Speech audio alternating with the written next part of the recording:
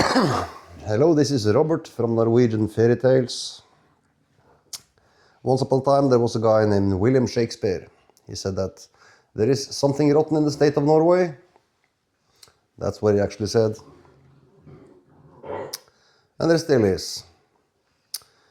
Me and my friend Atle, we are making what we call Norwegian Fairy Tales. And well, it's a kind of complicated. Just now my friend, he just released a couple of these fairy tales, and the very next morning he was in the psychiatric ward. And it's the second time he's been put in a psychiatric ward for being close to me.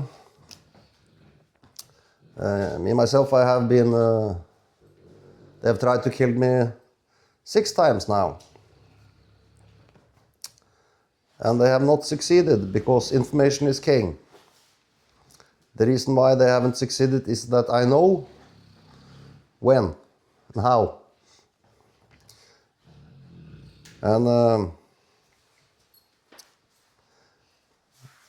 I'm going to explain how the decision was, when it was made. I made this poster on my sailboats located in the center of my town, Porsgrunn. And this huge poster said that the police can improve. They can be better. I find that funny. Anyway, now a group of men had a meeting at a bar called Lundetangen in Skien. And they were also meeting at this sauna, where they have this swimming pool in Skien. And one was the editor in a newspaper. His name is Meldingen. Meldingen is no longer the editor, and the reason why is the man, my friend, standing behind the camera at this moment. He made him a phone call, and now he's no longer the editor. Bro. Come on. Anyway, the next thing they did was to put up a front page in the newspaper with a picture on my sailboat and the poster. And they made this headline that said that now a lot of people are afraid.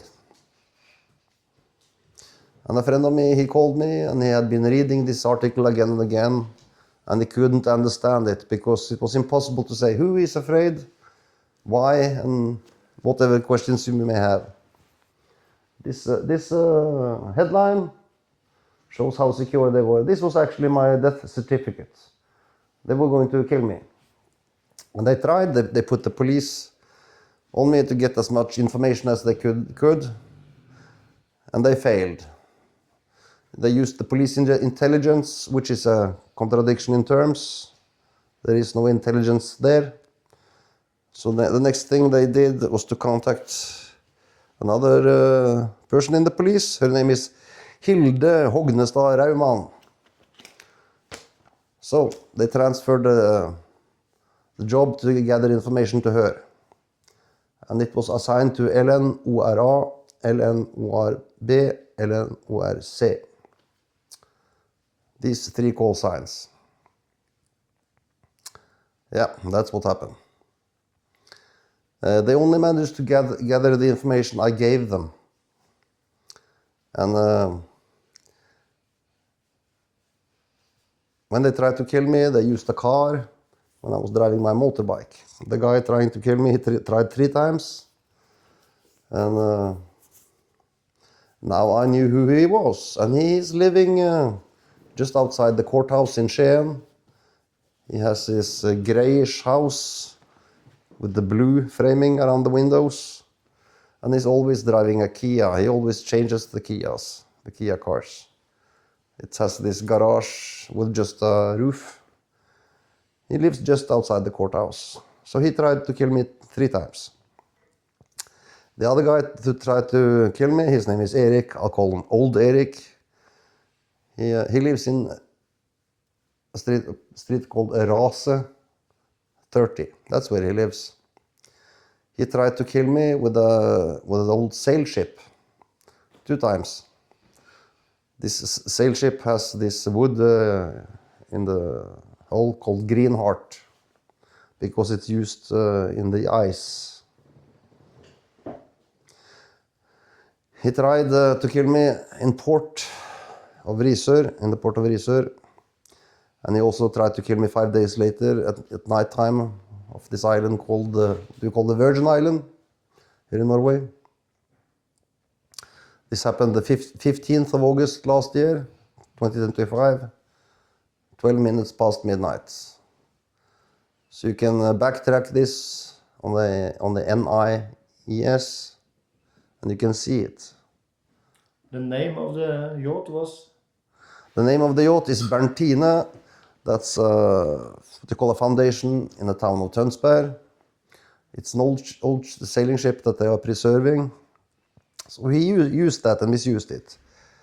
And of course I reported this to the Norwegian Maritime Directorate, the authorities, as a grave incident. I told them it was looked like a murder attempt to me because he had turned off lights to cause as much confusion as he possibly could at night. And I filed the report, and as I know this foundation, they are trying to exchange this asshole, as I would call him. I warned him the first time he tried to kill me, and he tried again. So it's deliberate. He had to shake my hand and say, "Thank you, Robert, for being able to chew my own food with my own teeth for the rest of my life." He shook my hand and he said that. And he tried again.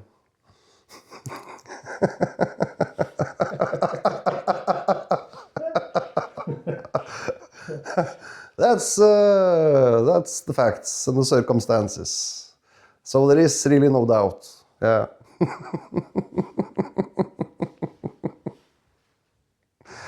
Anyway, here in Norway, they have destroyed. They say that Norway is a civilized country. Believe me, it is not. Foreign people that have children or going to have children, they are moving out of this country because this country is so corrupt. The court system and the police, everything is so corrupt. They have removed the juries, no longer there. There's so many things they are doing the bad way. 6,000 children has disappeared. The Norwegian Child Care Service, they take people's children. They have taken 60,000 children. And 10% is gone. Dead. That is documented by Shababa, was it? Sabah Daily, I think it was, in Turkey. Yeah. And a Norwegian civil rights lawyer called Reikerås. Marius Reikerås. Yeah. It's so many children are disappearing that the authorities have stopped using the statistics. So it's no longer in the statistics. So it will stop at 6,187. That's where the statistics stops.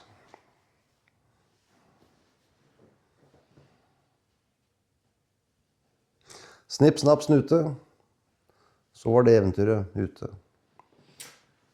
Yeah, and I just have to add in the end that we are sitting now in the visitors room at the hospital Telemark, Sykehuset Telemark, where I'm forced mental care. After Porsgrunn community doctor, Hunnestad, made the ambulance and the police come and pick me up on the 30th of January 2026 and bring me to Porsgrunn Community Emergency Service, where they put me into forced mental care, and I'm supposed to be medicated against my will, but I have my lawyer, the holistic Erlend Efskin, and you can see who he is if you go at www.logosadvokaten.no. There is nothing wrong with my friend. He's not psychotic. He's not sick. What is sick is Norway. The Norwegian country is now sick. And what I have told the doctors here, 3 of them, it is, I really wish I was psychotic, because what is going on in Norway, where the police and child protection service is raping, trafficking and killing children, which is, has been out in the Shada case of the Palestinian girl Shada. It has been up in the parliament, a question over, it's called Stortingets spørretime. And that film is out on the medias, and the Shada team with Dr. Surgeon Oddgeir Vinsig has put out a film where he's saying that the government, with Prime Minister Jonas Gahr Støre, is hiding. And that film you can find at YouTube, but I will put in a link in the description of this film in the YouTube. What this Shada case clearly shows is that in Norway, the shit goes all the way from the bottom and all the way up to the top, to the Prime Minister, Jon Ass Gahr Støre. Everyone's involved on it, with the children, and also with the Norwegian oil fund. And on the 15th of June 2022, the police union, Politiets Fellesforbund, they published at politiforum.no that it is still unsafe to be a whistleblower in the Norwegian police. That warning to their members has still not been pulled back. And what does it mean that it is unsafe to tell the truth in the Norwegian police? It means, it's quite logic. You have police officers which are clean and they want to tell the truth about horrific things and illegal things in the police. But then you have a top management going all the way to the top, which are criminals, and makes it dangerous for the members of the police union to tell this.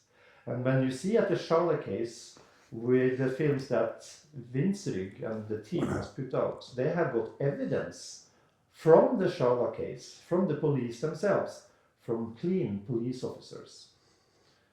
That's what's going on. There's a lot of clean police officers which wants Norway to end the hell which is going on with our children. And myself, I learned from the war sailors up at Rjukan in Til community. I learned 3 things. To roll the cigarettes because they were shaking so much on their hands. I learned why people are using drugs or alcohol. It's because of traumas they don't get help with. And I learned one thing: fear destroys your life. And that's why I have suffered a lot of injuries. I've almost been dead many times. It was close, but I have karma with me all the time. And karma, it is this. And karma is nothing less than what everyone is praying to, no matter what religion you have. Everyone, no matter the religion, is praying, they are praying to the good, to have a good, safe life for themselves and for their children. It doesn't matter if you're a Muslim or a Christian or you're Shiva, you're praying to the stone or the sun or whatever, we're all praying to the same. And one thing to end this, the evil, they have always lost against the good ones in the end. And the reason is, how clever, how smart is it to destroy the world and society their own children will inherit after them, and also their following generations. And this is why it has always been like this in the human history, that the evils in the end always will lose, and it will stay like that until the end of humanity. Snipp, snapp, snute, så det eventyret ute. Hæ? Yeah. Anyway.